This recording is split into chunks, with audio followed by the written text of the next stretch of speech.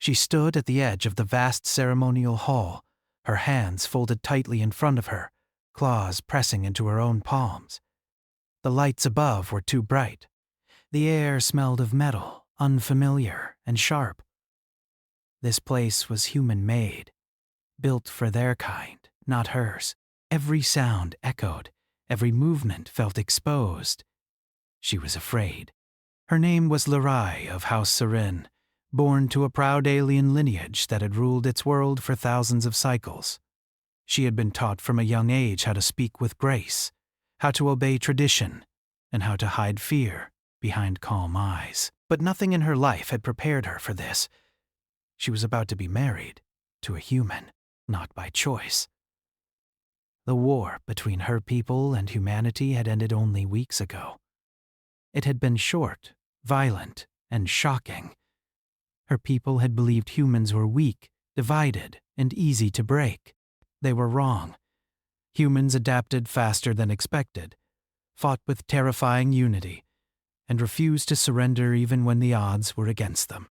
In the end, the treaty came not from human defeat, but from mutual exhaustion, and part of that treaty was her, a political marriage, a symbol of peace, a living contract.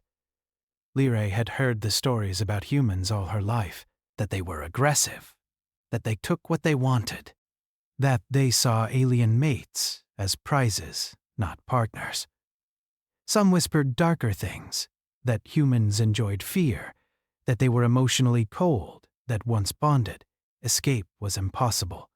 She believed those stories. That was why her heart beat so fast as the doors opened. The hall fell silent. The human entered alone. He was taller than she expected, broad-shouldered, wearing a dark formal uniform with no weapons visible. His movements were controlled, careful. His face was calm, almost unreadable, but his eyes were sharp and alert, scanning the room as if measuring every threat. This was her husband, Captain Elias Ward, a decorated human soldier. Leray forced herself not to step back. She lifted her chin, just as she had been trained to do, even though fear burned in her chest. She expected him to look at her like an object, or a prize, or a reminder of victory. He did none of those things. When his eyes met hers, he stopped walking. He bowed. It was not a deep bow, but it was respectful, equal. A quiet murmur spread through the alien nobles. Humans did not bow to them. They were not required to. This alone broke expectation. Elias spoke next, his voice steady and clear. Lady Leray of House Soren. He used her full title. I acknowledge this bond under treaty law, he said, and I swear to honor it without force. Without force. The words struck her harder than any insult would have. The ceremony continued, but Leray barely heard it. Her thoughts raced. This was not how it was supposed to go. Where was the dominance? The claiming touch? The cold authority she had prepared herself for? When the final words were spoken, the bond was sealed. Not with blood, not with chains, only with shared acknowledgement. It felt unreal. Later, she was escorted to the residence assigned to them, a human structure, clean and sharp-lined, with smooth floors and high ceilings. Everything felt open, with too much space and too few hiding places. She expected him to follow her inside. He didn't. Instead, Elias stopped at the doorway. This is your space, he said. I'll take the other side. She blinked. Other side? There are 2 private quarters, he replied. You can lock yours if you want. I won't enter unless invited. Her breath caught. This had to be a trick. Why? She asked before she could stop herself. He paused, as if choosing his words carefully. Because you didn't choose this. And fear doesn't build peace.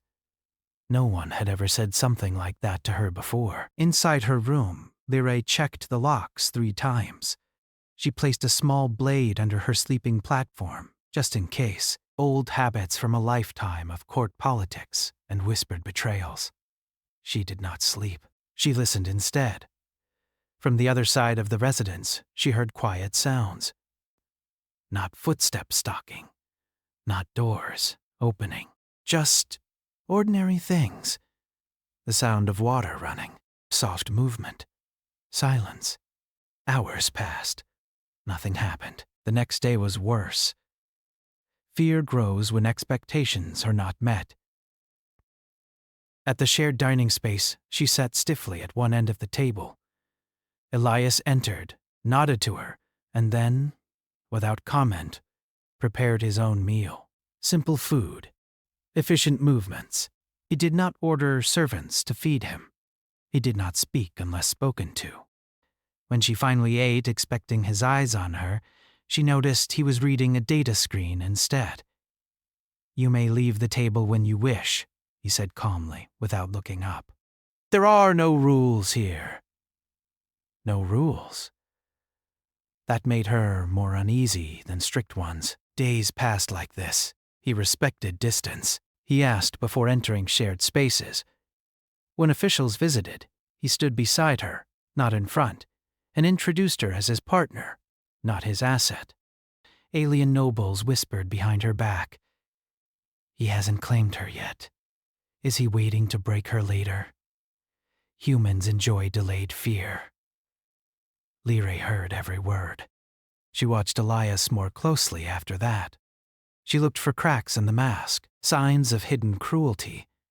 Instead, she saw restraint. When a servant spilled a drink on his uniform, Lyrae braced for punishment.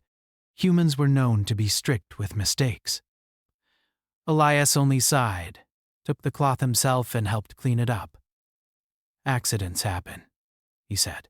The servant stared at him in shock. So did Lyrae. That night, she finally spoke again. "Why are you like this?" she asked from across the room. Elias looked up slowly. "Like what?" "Not taking control," she said carefully. "You could. Everyone expects you to." He leaned back in his chair, considering. Power taken is fragile. Power given lasts longer. She did not understand fully, but something inside her shifted. Still, fear did not disappear. She slept lightly. She stayed alert. She kept the blade nearby, because kindness, she knew, could still hide danger. But as the human days passed and nothing bad happened, her fear slowly changed shape. It became confusion. And beneath that confusion, something far more dangerous began to grow. Hope. The first public event came sooner than Lyrae expected. It was a formal gathering hosted by the Interstellar Council, meant to celebrate the new peace and display unity between former enemies. For Lyrae, it felt like walking into a nest of quiet predators. Alien nobles from many worlds filled the wide hall, their eyes sharp, curious, and judging. Humans stood among them, fewer in number, but unmistakable in presence. Lyrae walked beside Elias, her steps measured, her posture perfect. She wore the traditional colors of House Soren, symbols of pride and lineage. Elias wore his uniform again, plain and unadorned except for a single insignia of rank. He did not take her arm. He did not guide her. He simply walked beside her, matching her pace. This small detail did not go unnoticed. Whispers followed them.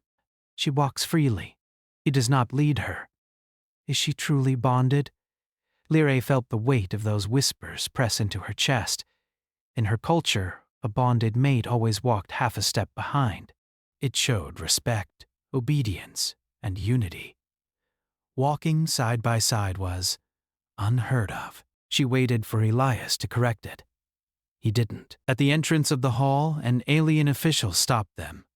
He was tall, his skin patterned with ceremonial markings, his voice smooth but sharp.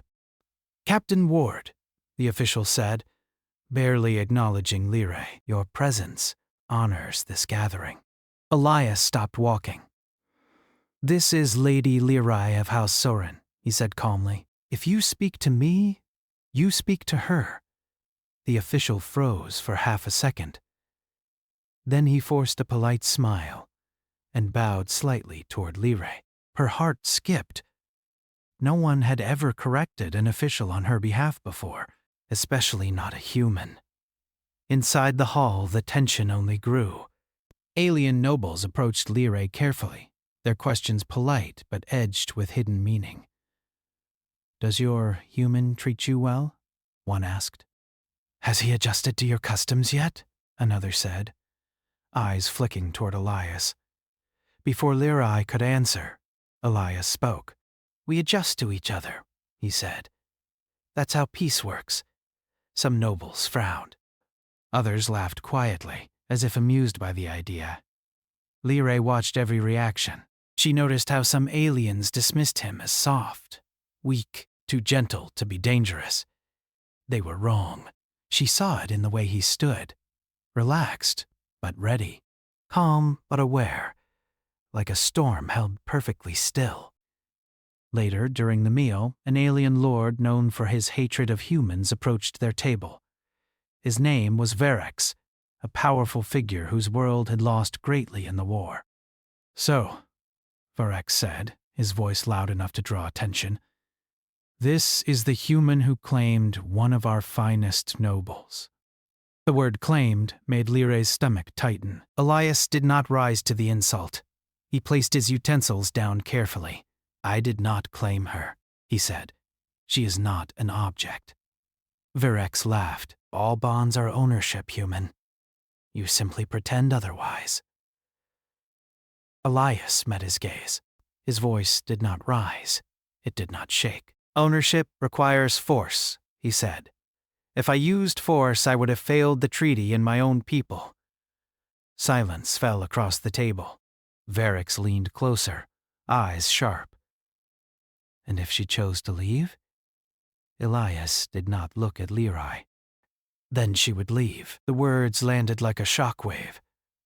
Lyrae felt every eye turn toward her.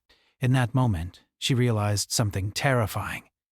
If she stood up and walked away, he would let her go. The thought made her chest ache in a way she did not understand.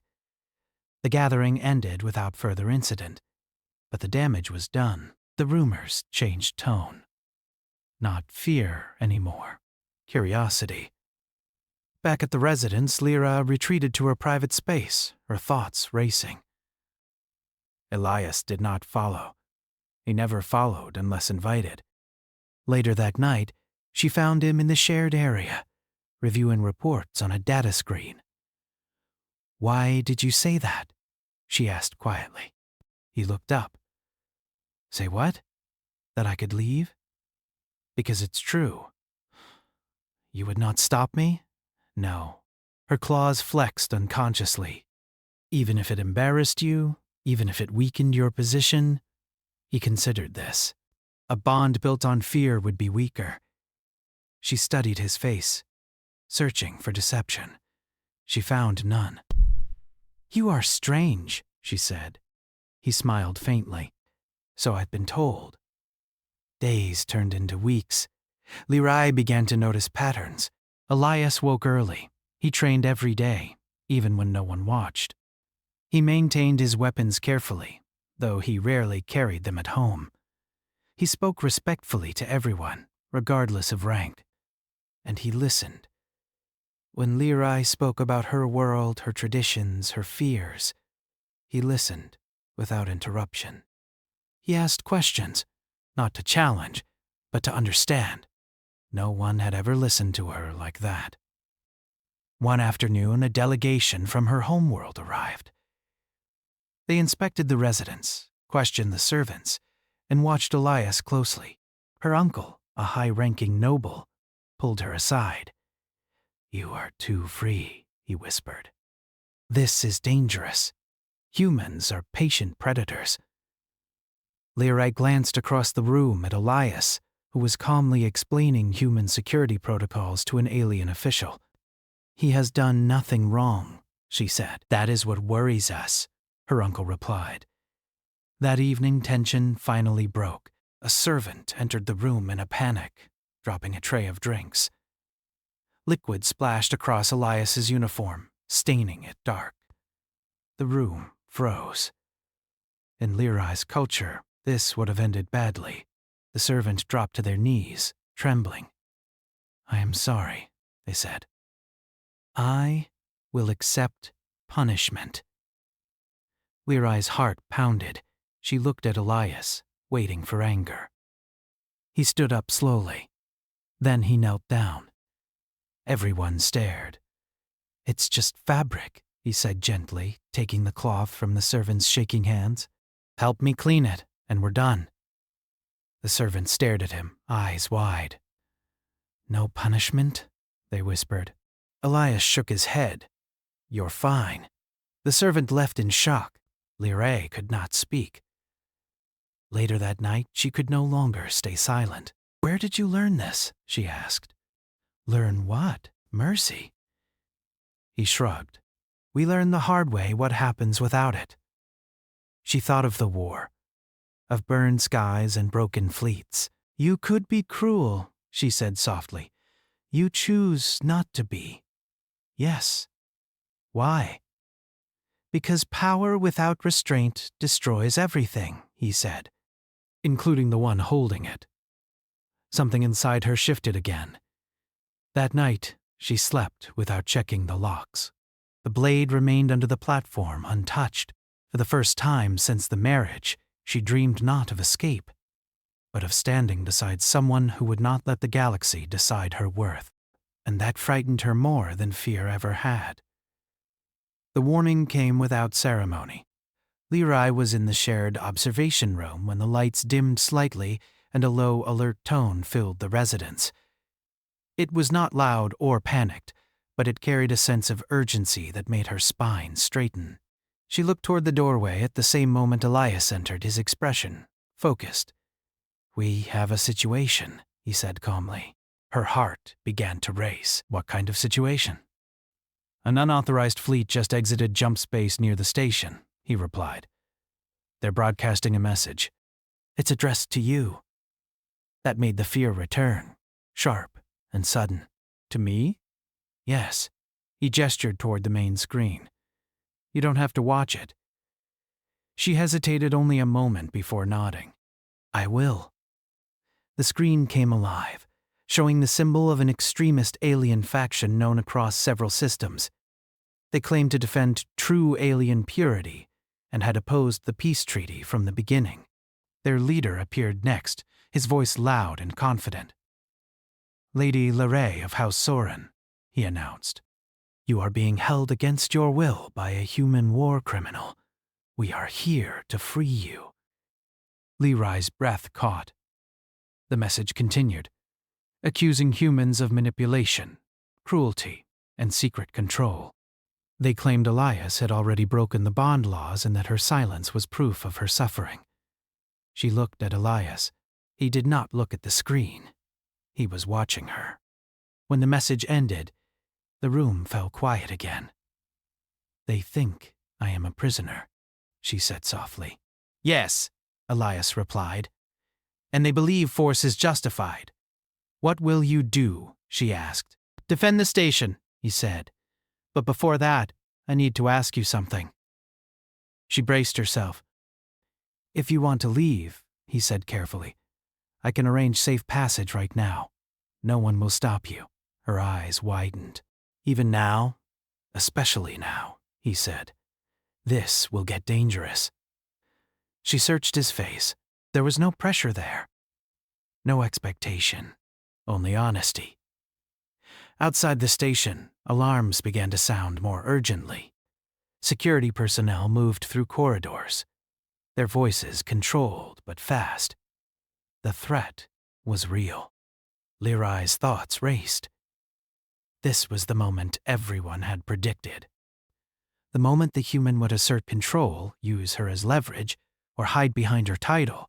Instead, he was offering her escape. She stepped closer to the screen, looking again at the symbol of the faction. They claimed to be her saviors, but they had never asked what she wanted. "I am not leaving," she said. Elias blinked once. "You're sure?" Yes. Then I need you to do exactly what I say, he replied.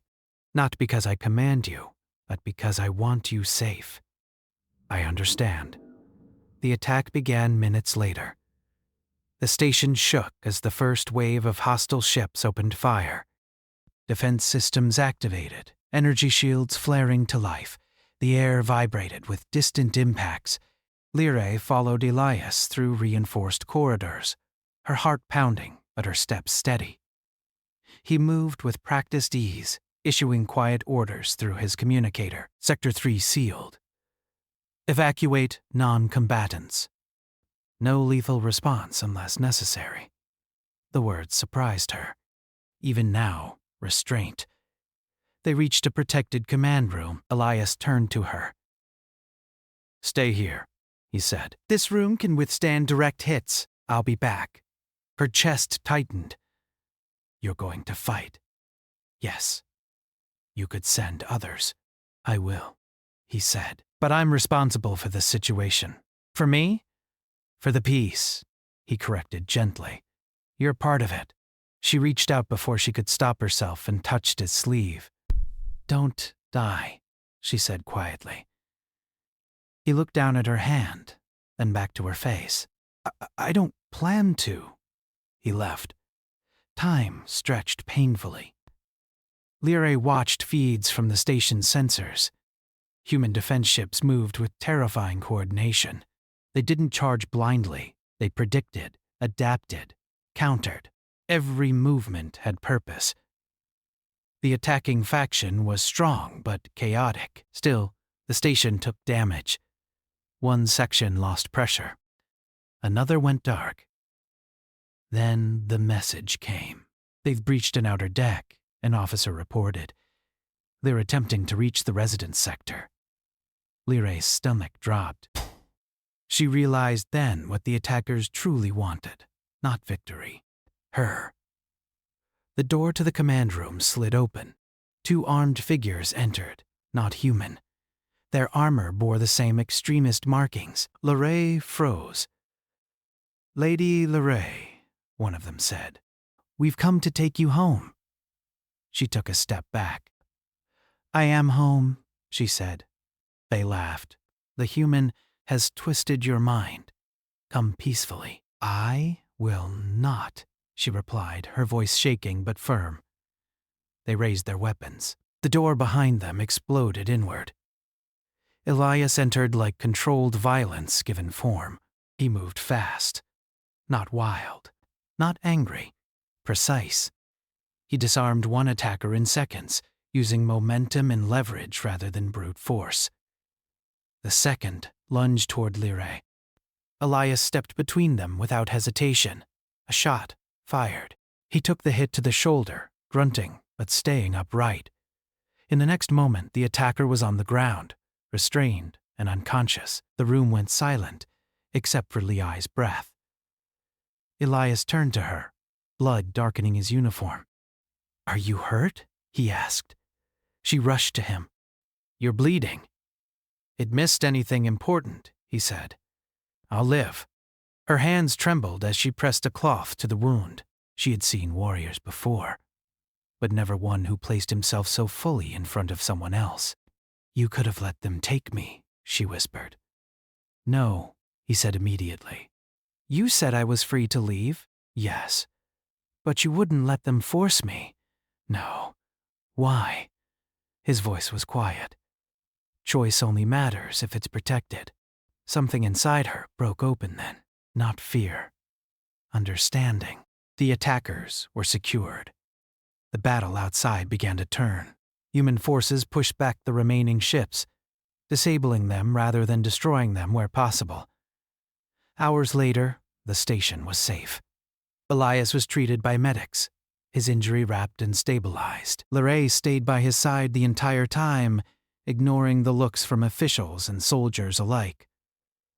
When they were finally alone again, exhaustion settled over them. You should have left, he said softly. I would have understood. I know, she replied. She looked at him for a long moment, then spoke words that surprised even herself. They feared you, she said. They still do. He gave a tired smile. Humans are good at being feared. They should fear you, she continued, but not for the reasons they think. He raised an eyebrow. They should fear what you protect, she said, and how far you'll go to protect it. His expression softened. You chose to stay, he said. Yes. Why? She took a steady breath. Because you never treated me like something to own, she said. You treated me like someone worth defending? He said nothing for a moment. Then he nodded. I'm glad you stayed. That night, as the station slowly returned to normal, Lerai sat beside him, no longer on opposite sides of the room. The blade remained hidden and forgotten. Fear had tested the bond. And it had not broken. The aftermath of the attack changed everything. In the days that followed, the station no longer felt like a neutral ground. Security increased, patrols doubled, and conversations lowered to careful whispers. News of the extremist assault spread quickly across the galaxy. Different worlds told the story in different ways. But one detail could not be hidden. The alien noblewoman had refused rescue.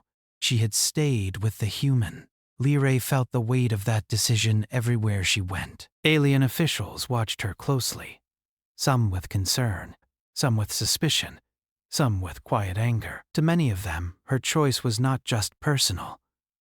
It was political. Elias recovered quickly, though the injury left his shoulder stiff for a time. He tried to return to duty sooner than the medics advised, but Liray insisted he rest. You would order me now? He asked lightly. I would request, she replied strongly. He smiled and obeyed. That alone confused many who observed them. Soon after the attack, the Interstellar Council summoned Liray, not Elias. Only her. The request was polite in tone, but firm in meaning. Refusing would be seen as defiance. Elias stood with her at the entrance to the council chamber. You don't have to go alone, he said. They asked for me, she replied. If you come, they will say you influenced my words. He nodded. Then I'll wait here. She hesitated. What if they order me to leave you? His answer was immediate. Then I will accept it. Her chest tightened. Just like that? Yes, he said gently. Because it would be your choice. She turned and walked into the chamber before fear could change her mind. The council hall was vast and ancient, filled with representatives from dozens of species. Their eyes followed her as she moved to the center. She felt smaller than she ever had, but she stood straight. A senior counselor spoke first. Lady Liray of House Serin, you were the target of a violent extraction attempt. Do you deny this? I do not, she said. Do you deny that the attackers believed you were being held against your will? I do not. A murmur spread through the chamber. Another counselor leaned forward. Then tell us this. Are you being coerced by the human you were bonded to? The question struck deep. Liray took a slow breath. No, she said clearly. Are you under threat? No. Are you restrained? No. Silence followed. Then why? The counselor continued. Did you refuse rescue by your own people? Liray's voice was steady now. Because they did not ask me what I wanted. The chamber erupted into quiet argument. Some nodded. Others shook their heads. A voice rose above the rest. Humans are manipulators. They plant ideas, create false loyalty. Liray lifted her chin. If that were true, I would not be standing here alone. That stopped them. She continued. The human I was bonded to has never commanded me, never threatened me, never claimed ownership over me. He offered me freedom even when it would weaken him. That is impossible, someone said. It is unfamiliar, Liray corrected. Not impossible. The council questioned her for hours about daily life, about customs, about the attack, about Elias. She answered everything truthfully. When it was over, she was dismissed without judgment. That, she realized, was more dangerous than condemnation. Outside the chamber, Elias waited exactly where he said he would. When he saw her, relief flickered across his face before he masked it. They asked many questions, she said. I expected that. They may demand a decision soon. About what? About us. He nodded slowly. Then I need to tell you something. She looked at him, surprised by the seriousness in his tone. If they decide this bond threatens peace, he said, I will dissolve it. Her breath caught. You would give me up? I would give you your safety, he replied, even if it costs me everything else. They returned to the residence in silence. That night, Liare could not sleep. Her thoughts circled around one truth she could no longer avoid. For the first time in her life, she had been given a choice, and now she was afraid to lose it. The following day, visitors arrived without warning. Members of her own house, her mother, her uncle, high-ranking nobles who had helped arrange the marriage. They were polite, but their disappointment was obvious. You were meant to observe, her mother said quietly, not bond. I did bond, Leroy replied, just not the way you expected. Her uncle's gaze hardened. The council may allow this to continue, but your people will not forget. I know, Leroy said. Come home, her mother urged. We can petition for separation. This does not have to define you. Leroy looked past them, through the open doorway, where Elias stood at a respectful distance. He did not approach. He did not listen. He gave her space. I need time, Leroy said. Her family left unsatisfied. That evening, she sought Elias out. He was in the training room, moving slowly, favoring his injured shoulder. She watched him for a long moment before speaking. They want me to leave, she said. He stopped. Do you want to? She didn't answer immediately. I was raised to believe my worth came from duty, she said. From obedience, from fulfilling roles chosen by others. He listened. With you, she continued, I am not sure who I am yet. He nodded. That's fair. They may force the issue, she said. If they do, I know, he said, and I'll accept it. She stepped closer. That is not enough for me anymore. He turned, surprised. I don't want you to decide for me, she said. And I don't want the council to decide either. What are you saying? He asked softly. I am saying, she said, steady now, that if this bond ends, it should end, because I choose it, not because they fear it. He searched her face. And what do you choose right now? She held his gaze. I choose to stay, she said. Not as a symbol, not as a treaty, but as myself. For the first time, Elias did not answer immediately. Then he nodded once. Then I'll stand with you. The council decision came days later. They ruled that the bond would continue under observation. Any sign of coercion would result in immediate separation. Many believed this was a warning to the human. They did not understand. That night, Leroy and Elias stood together at the observation window, watching stars drift by. They are watching us, Leroy said. They always will, Elias replied. She looked at him. Does that bother you?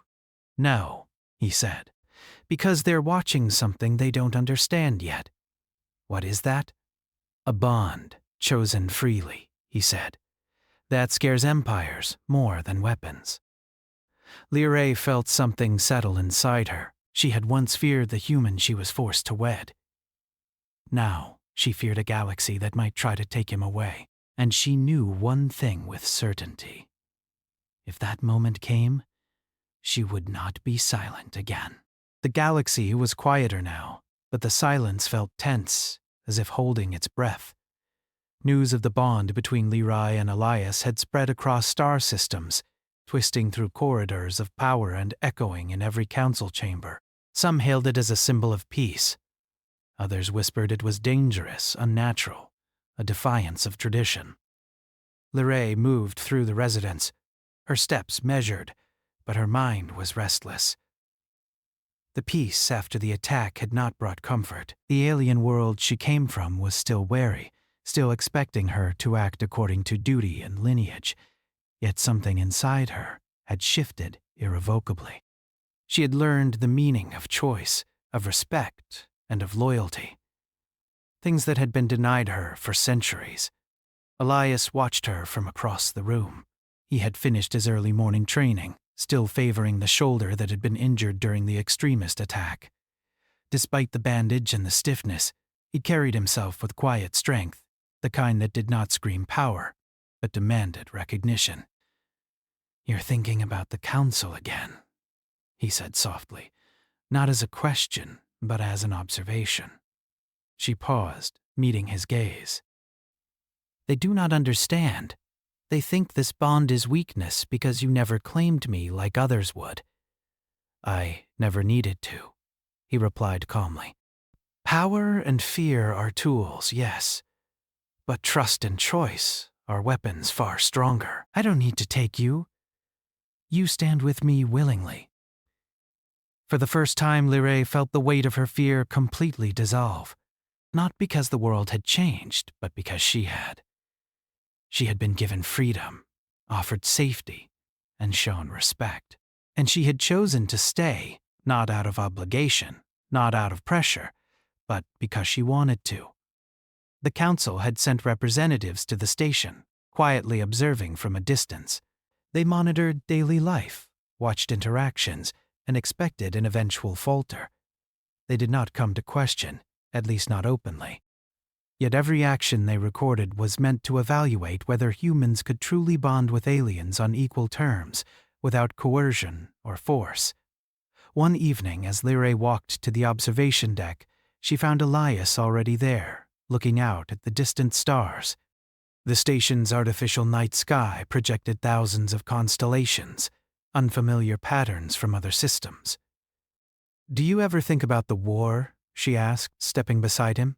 "Sometimes," he admitted. "Not the battles themselves, but the choices we made afterward. The people we affected, the lives we protected or failed to protect." She nodded slowly. "I used to believe humans were cruel, unpredictable, that you would force me into fear, obedience, and silence." And yet, she turned to him, her expression soft but firm. "You've taught me something else." "And what is that?" he asked, genuinely curious. "That strength isn't in claiming others. It's in respecting them, protecting them, standing beside them even when the universe demands otherwise." Elias's lips curved into a small smile. "You've understood much more than most ever will." They were quiet for a moment, letting the stars fill the space between words. Liray felt the pulse of her heart, steady and calm for the first time since being forced into this bond. She did not fear him anymore. She did not fear the galaxy. She only felt purpose. That purpose was tested sooner than she expected. A diplomatic summit was called on a neutral planet, one chosen carefully to prevent conflict.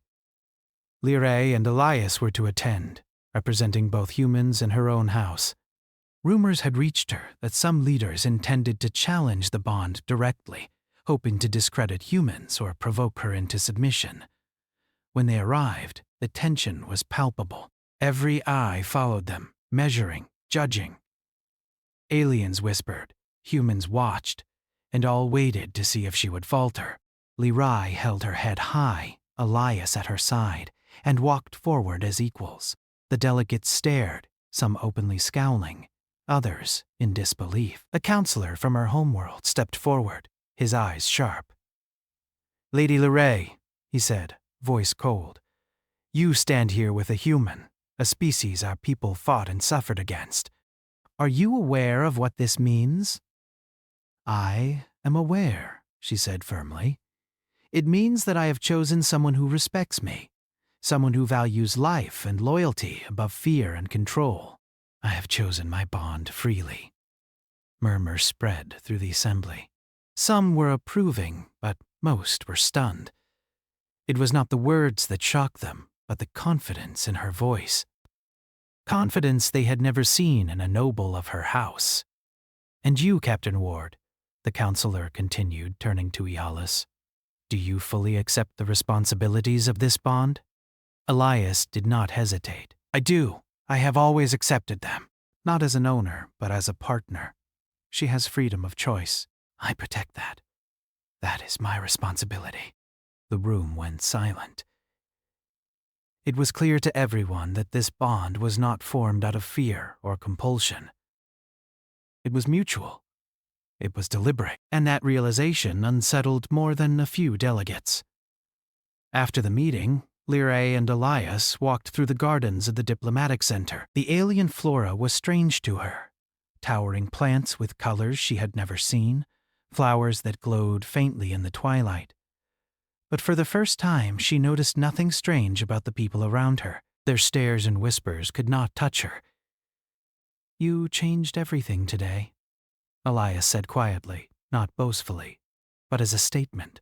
I only spoke the truth, she replied. And that truth, he said, makes the galaxy nervous. They have always relied on fear to control. You have broken that expectation. She laughed softly, a sound that felt foreign to her own ears after weeks of tension. And yet it feels good. Good, he repeated, and dangerous. But worth it. Over the next cycles, stories of their bond spread like wildfire. Some called it scandalous. Some called it inspiring. Traders, scholars, and diplomats alike recounted the tale of the alien noblewoman who refused rescue and the human soldier who never claimed her, yet protected her with everything he had. Ships came from distant systems, not to fight, but to observe. They wanted to see the human strength, the alien's choice, and the balance that had been formed. Lyrae realized then that they were more than a symbol. They were proof that peace could exist when respect was valued above fear. But it was not just a symbol for the galaxy. It was a truth for her. One night, as the stars stretched endlessly above the station, Lyrae stood on the observation deck again. Elias joined her without announcement, resting a hand lightly on the railing. Do you ever regret staying? He asked. Not for a moment, she said. I feared you at first. I expected the worst. I thought I would be lost under your control, but you showed me something no one ever has. And what is that? He asked. You saw me as a person, she said. Not a prize, not a duty, not a weapon. You saw me as someone who mattered, someone with choices, someone worth protecting. Elias nodded slowly. I only did what I hoped anyone would do. Protect what matters without taking it for yourself. She turned to him fully, the tension and fear of the past cycles gone, and that matters more than anything else, not just to me, but to everyone who thought humans were cruel. He reached out, and for the first time their hands touched freely, without fear or protocol. It was a simple touch, but it carried the weight of everything they had endured, survived, and chosen. In that moment, the galaxy outside, the councils, the whispers, the threats, all of it seemed distant. Nothing could reach them here. You've changed me, she admitted softly. And you've changed me, he replied. You taught me that strength isn't taking control. It's knowing when to step back and let someone stand beside you. For the first time, Lyrae smiled without restraint. She had feared the human she was forced to wed. She had feared the unknown, feared her own feelings, feared a galaxy that refused to accept her choice. Now she feared nothing. The galaxy may have doubted them. Alien nobles may have whispered and schemed. Extremist factions may have plotted revenge. But standing together, Lyrae and Elias were unshakable. Not because of weapons or fear, but because of trust, respect, and a bond chosen freely. And that bond would not be broken, no matter the universe. The stars stretched endlessly, and for the first time, Lyrae felt completely free. Not as a noble, not as a symbol, not as a pawn in politics. She was herself, and she had chosen him. Together they faced the future, not with fear, but with promise. And in that choice, the galaxy began to see humans in a new light, not as conquerors, but as protectors, not as cold machines of war, but as beings capable of respect, loyalty, and courage beyond expectation. And that truth, quiet, unyielding, and undeniable, was more powerful than any fleet, any council, or any law. Because what the galaxy feared most was not human strength, it was human honor, and Lyrae had witnessed it firsthand. As she stood beside Elias, the station humming quietly beneath them, she realized that fear had not just passed. It had transformed into something stronger: hope, loyalty, a promise that no one could take away. And that promise would change everything.